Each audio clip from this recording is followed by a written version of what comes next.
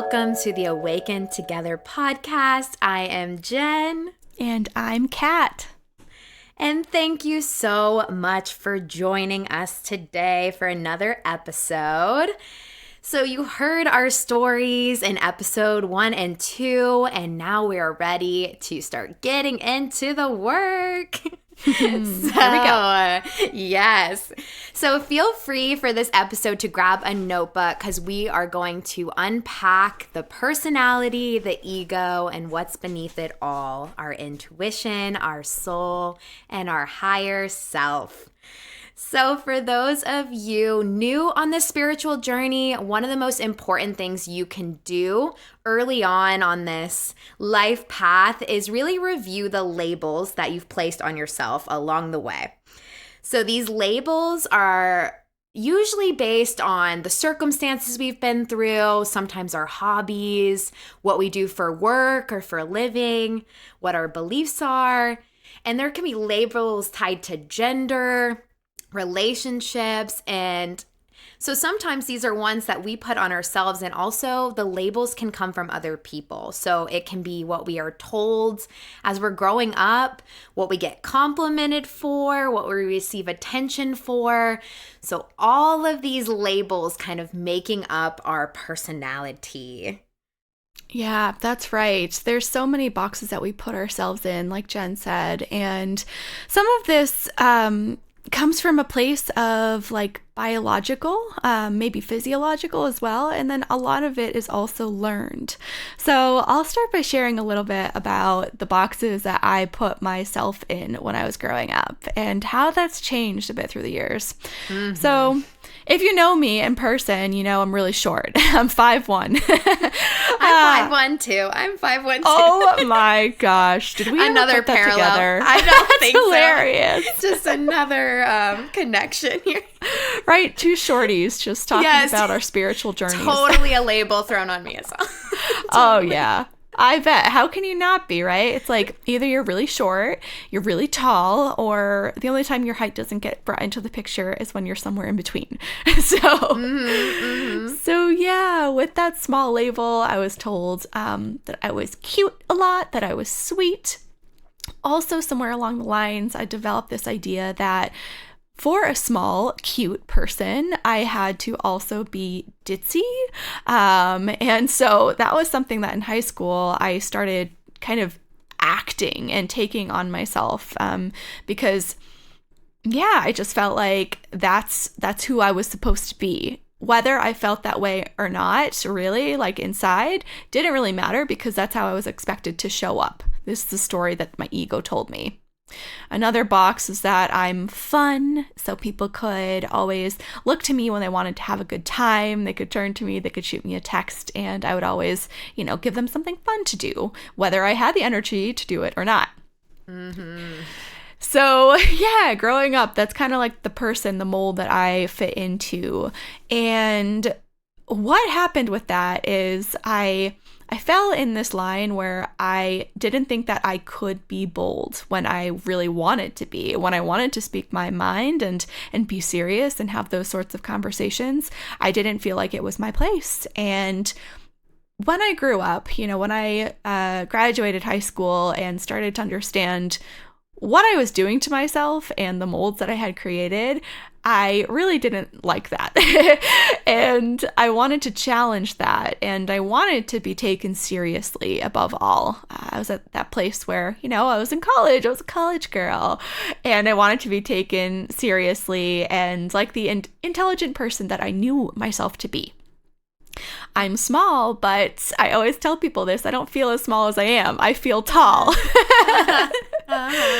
Would you say something similar, Jen? I don't know. Yeah, that was so well said. And so, yeah, that is 100% it, is that these labels that we put on ourselves, we feel like we always have to show up as those things. And when we have like a different persona we're wanting to bring to the table, like one day we're feeling a ton of emotions and maybe we can't be as sweet and kind, then we don't feel like we can show up as that because it feels yeah, it doesn't feel connected to us because that is not a label that we have previously identified with. So growing up for me, I was told Jennifer is so good with people. She's always so extroverted and smiley. I got called smiley shorty. Always happy. I was known as being really loud. That was always like huge. So I was always a little self-conscious about that. And then I really struggled with weight growing up. So not only the doctors telling me I'm overweight at any appointment I went to, but yeah, there's obviously little comments made from peers tied around that. So I really believed like, okay, well, I'm overweight, but I have this fun personality and at least people like to be around me. But I would have never challenged those beliefs. So the issue is that even though some of these labels can hold a more positive charge, like being seen as kind can feel really good. Like I love to be a kind person. And then there can be the more like painful and negative charged ones, like, yeah, overweight, or ones that are very personal to your body image. Those can hold a lot more negative. But the issue is we start attaching so much to those labels that we always have to show up personifying these blocks that we've created. And if we're ever going to show up any other way, we just can't do it, or we feel so much internal resistance to showing up in those other forms. Right. So, and I think some of that comes with like maturity, right? In questioning those boxes as we get a little bit older. Like I remember having a moment where I was like, you know what? Screw that ditzy girl I've been pretending to be. I'm not aloof. I'm not that fairy-like personality. I'm actually pretty composed and focused. So going back to seeing those high school friends after I made these like aligned changes with who I actually felt like, I remember people telling me I changed when really I was just acting the way that I truly felt on the inside. So we're met with that, right? Yeah, and so that's it. People notice and they'll judge and question you when you show up as different. I think that can make us really insecure. Like, you know, that's when we can still hide. So even if you showed up like very passionate and more intense one day, they'd be like, what's with Kat today? Like, why is she being like that? Why is she being like so mean? Like what got you down? And then those questionings and judgments that we receive from others, that can make us hide back into our shells. But the point is, as we are moving through the world, it's not meant to look one way. It's meant to be ever shifting. But the attachment to these identities, if you don't stay in constant check with it, you're not staying in check with the ego, because the ego, this is the fuel for it. I am this, I am that. The ego loves to have control and set presets to things. And this leads to, though, when we look at those boxes, so yeah, maybe you even pause the podcast right now and start to actually put them down on paper. I have so many notebooks of little boxes and then the words that I started to believe. And then look at those boxes, those identities that you've given yourself, and ask yourself, when those things are challenged, when someone, brings up a question about one of those identities, what do you feel? What happens? And then also looking at, are these things still serving me? Like, have I always showed up this way? When did I start showing up this way? And do I need this anymore? Like, was this, maybe more for my youth? Did I attach to it based on my family circumstances? What can I release and surrender and let go of? Such an awesome exercise. Journaling can just help bring so much more awareness to what your subconscious knows, and it just comes out through your pen to the paper. So it's an awesome exercise. I hope you all take some time to do that.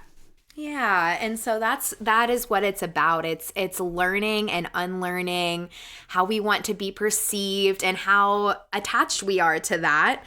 And so another awesome tool, so if you're doing the journaling and you're having trouble even pulling up, like, I don't even know some of the labels. I don't really know how people see me, which can definitely, it's sometimes hard to flip the mirror and look at yourself. I love using personality tests, and not for the reason of using them as an excuse, like, oh, well, I'm an ENFJ, so that's just how it is. Myers-Briggs. I love the Enneagram. I love the love language test that you can do. And all of these are just Google searched quizzes you can take. But sometimes when we can make a list of the results of these tests, we can get that lens of how did I answer those questions? What result did that bring up? And that can sometimes be a good map to unlearning yourself. So sometimes we have to learn what we have become, and I put that in quotations, so that we can unlearn those things and realize that, that is not what I want to. That's not how I want to move through this life anymore. That's such a great point. I remember taking some personality tests back in the day and not liking my results and then questioning myself and then taking it again to change my answers to get what I wanted. Yeah. It does not always mean that is what we are. And so I think there can be a shadow side to the personality test of, people using it as an excuse to not do the work.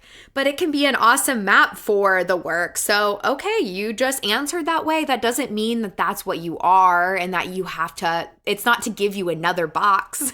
It's to help you unbox yourself. And I think that can be a really good tool to use for that. I agree. It's very illuminating no matter what. Yeah. And so, we're peeling back the layers once we start to shed more and more of these things. That is what is underneath all of it, is our intuition, and it's our connection to that soul and higher self. Intuition is this deeper understanding beyond personal senses. So it's that inner knowing. It can be our hunches where we really feel like, I think I'm supposed to go talk to that person. I just feel like I should say something. Or it can be just those gut, visceral reactions. It can be a sense of trusting what's coming next. It can be like, I know I'm supposed to be here. I feel like I'm meant to be in this space at this time. And it can be that perfect idea that just pops into your head where you just know, like, wow, that's genius. Let me write that down, or that's such a good idea. Those are the moments when we're hearing from that intuition side. That's right. The ego and the intuition, they work side by side, but they are very separate. And so I loved what you shared about the intuition. And really, the more that we can get into the place of getting comfortable listening to our bodies, the more easily we'll be able to trust from that place of intuition. So you've probably heard trust your gut, right? It's like a common expression. The word gut teams up with the word feeling a lot. And there's good reason for that. Research actually suggests that when emotion and intuition, they have a physical presence in our guts. Our guts are lined with a network of neurons, and it's actually called the second brain. It's known as the enteric nervous system, and there's just millions of neurons firing at all times. So whenever you don't trust your gut, you can physically get sick. You can also get sick about just having to make tough decisions. You'll feel it in your body, your stomach will be upset, you might get a headache, you might get a little shaky. We all know what that feels, and it doesn't feel good. So we can be doing a lot of things to strengthen our guts as well in order to come from that place of really heightened intuition and being open to receive and really lead from that place. So one way that you can do that is by eating healthy, clean, whole, unprocessed foods. So the gut loves fermented foods that are rich in pre and probiotics, like kombucha. I love brewing my own at home. It's so fun. Jen, I got a SCOBY for you if you ever want to brew your own too. I do. Yeah, I want to hear the how. I have questions now. Yes. It's part of my self-care Sunday routine. It's just something to that. We'll do a workshop. I love it. Sounds good.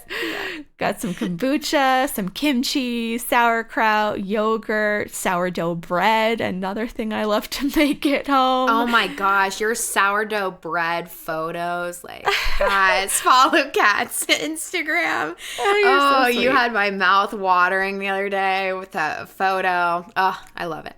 Honestly, it's not that hard, and it tastes so much better than what they make at the store, and you know exactly what's going into it. It's like two ingredients, so super simple.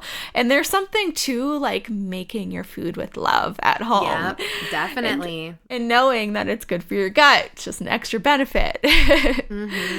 Also good for your gut, those prebiotics. So these are different than the probiotics. Of course, they're similar, but prebiotics are naturally found in onions and garlic. So those are two really common household ingredients that prebiotics are rich in. So again, good for your gut. You can use these to flavor foods. I use them in my cooking every single day. And yeah, you just brush your teeth after and it's fine. Yes. Your gut's happy. Yeah. Yeah, so the reason the gut, you know, kind of falls into under this roof and under this lens is because when we're talking mind, body, and spirit, you hear that term really thrown around. So some of this unveiling of the mind, like catching your thoughts and how they're tied to identity.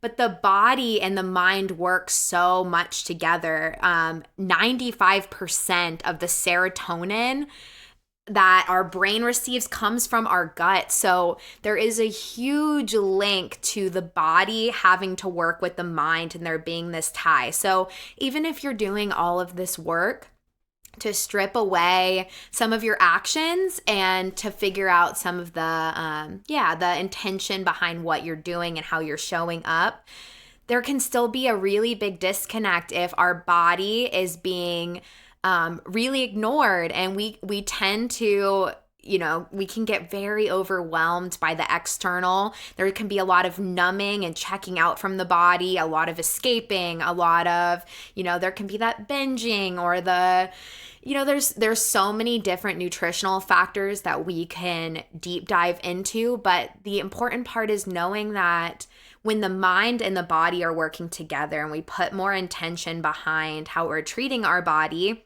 and what we're actually taking in, and the mind and body are starting to work together, we're keeping more consistent energy throughout the day.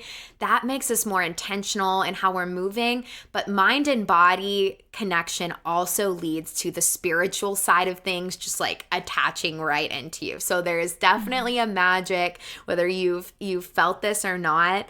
In the spiritual community, I think a lot of people started off with just mental work, and then some people get tied into just physical work, just doing a lot of focus on the body. But when we mesh those two together, that's when the spiritual world seems to find you. That's when more profound experiences start happening. That's when our intuition gets louder and starts telling us more, and we start really belonging in the present more. We're not so tied up in the past or worried about the future that we're not dropping fully in. It really helps with that drop into the present. Yeah. So I'll kind of paint a picture of how you can actually feel your intuition in your body. Okay. So think about the last time that you've had a really intuitive moment. So whether it was a hunch on something that you didn't understand fully where this feeling was coming from, but you knew you just had to listen to it. Chances are you felt it in your belly, right? Maybe the pit of your stomach. Maybe you got some goosebumps on your skin, a shiver down your spine. Maybe your heartbeat begins to race, your breath begins to quicken. Sometimes it's even more subtle than that, though. And sometimes you might just describe it as like a deep knowing. You really feel when something is right, though. It feels clear, nourishing, it feels enriching. And conversely, on the other side, you'll feel it when something is off. So for me, this can be a feeling of like anxiety, of not knowing what's off, but knowing something's off. It can also feel like deflating, like if my intuition was telling me something and I didn't act on it, then I'll feel rather deflated for a little while until I truly understand where it's coming from and can take action on it. And, it does take a little while to get used to these signs, and trusting your intuition might be difficult at first if you're not used to it, but truly it all happens with time. So just trust it bit by bit and try to act on it when you get these little signs in your body, and just know it's all worth it. Yeah, I think for me, I notice when I'm kind of out of that mind, body, spirit sync, when I start looking at other people as being, separate from me. There's definitely this, when I look over and I start hearing myself have more judgmental thoughts, or this can happen as you step into the spiritual community as well, of this, well, I'm doing the work, so why is no one else doing the work? There can be ego creeps in over and over and over again and tries to add separateness from yourself and to others. So I can feel when I'm not living by intuition, because there's a disconnect from me and everyone around me. When I'm really in tune to the three parts working together, I really look around and I see through the lens of love so much more when I'm dialed in. I think I can look at everyone and see myself, and I see this I have this really strong sense that I'm meant to take in all the details, that I'm meant to feel everything in the moment. So I'll notice, what the wind feels like on my skin, what my feet feel like standing on the ground. It brings so much awareness to the present and all the sensations that I'm feeling. That's when I know, I'm in the flow. I'm not attaching. I'm not falling into an ego trap. This is a beautiful moment, and that's when I know. Yeah, finding that time to be still and silent and present with whatever you're experiencing. It's all about staying open, right? To be able to receive what's coming your way. Mm-hmm. Definitely. And that is a huge part of the work. It's this awakening together journey, is constantly coming back and recognizing, that little map that you draw of all your ego identities. You might need to be doing that every month, because you're going to constantly pick up new things. So it's, it's easy to put a bumper sticker on a car, but peeling it off is always the tricky part. And that really is how it goes. And we do it over and over again. But that connection to intuition, you probably have, recognize and look at the way you feel intuition in your body. So use the writing prompts to also say, how do I feel when I'm feeling that real sense of alive and connectedness to the things around me. Yeah, I love that. Such great ideas. And it also makes me think about what else is going on in our lives as we're trying to come to this place of listening to our intuitions really closely, separating our egos from our true inner selves. And our stimuli, our external stimuli, has a lot to do with how open we're able to be. So think about people in your life. There's people who are probably positive influences, who encourage you to be your best, to reach for the stars, who inspire you to become the person that you want to be.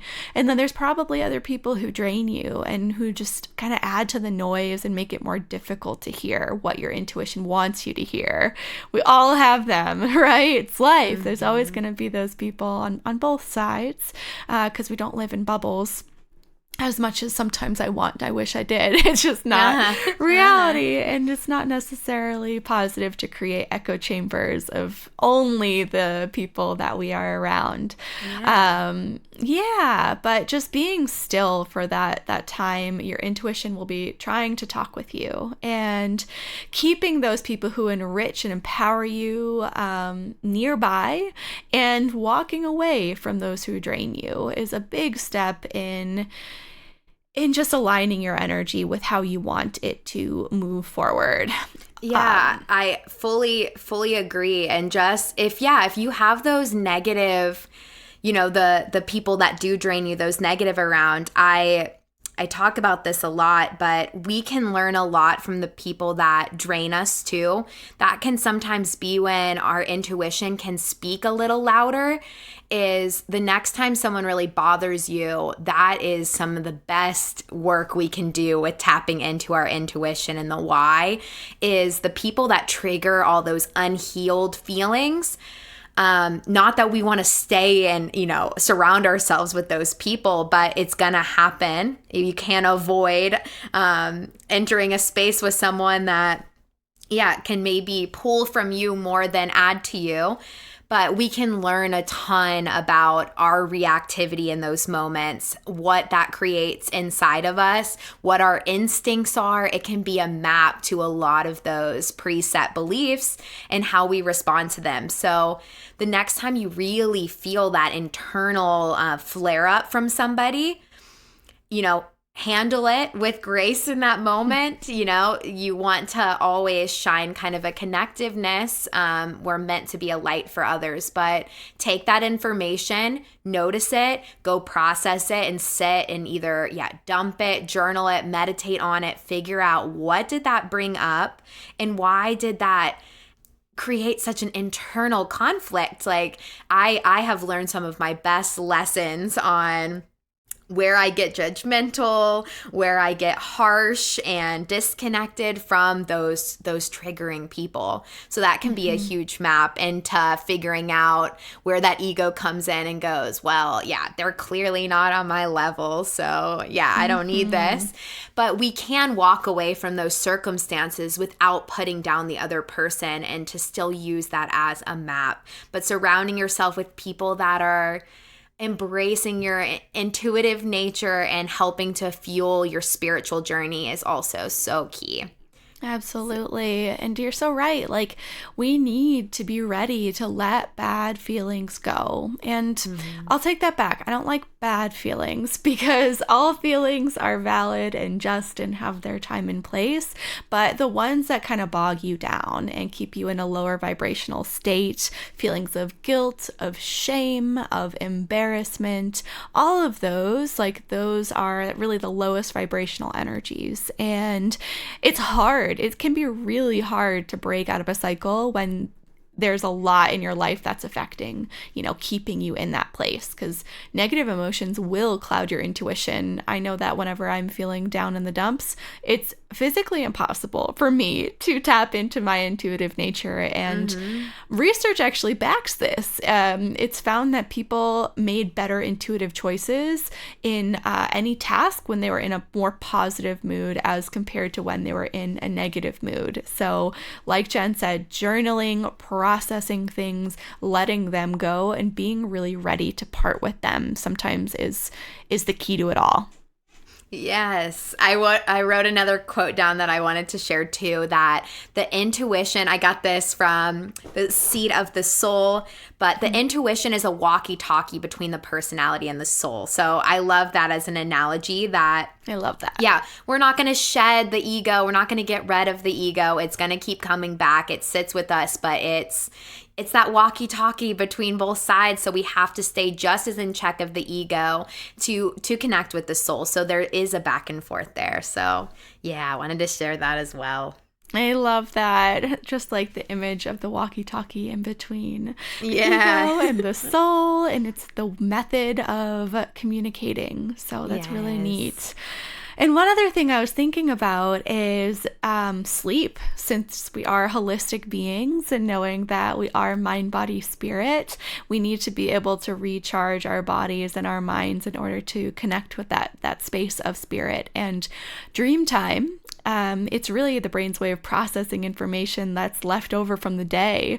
There's so much really valuable data through the experiences, memories, and learnings that happen during our dream time. So paying attention to your dreams can provide lots of juicy information that maybe you don't normally have access to when you're awake. So pay attention to what those are. Write them down. Maybe you have a little notebook next to your bedside table, or right when you wake up in the morning, you write down what your dreams were the night before and see what that means to you, what you think your subconscious is trying to tell you based on what's been going on in your life.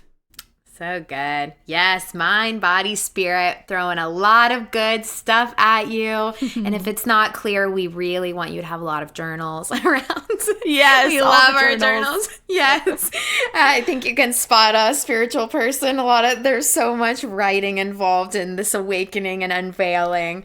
I have notebooks for days. Same here.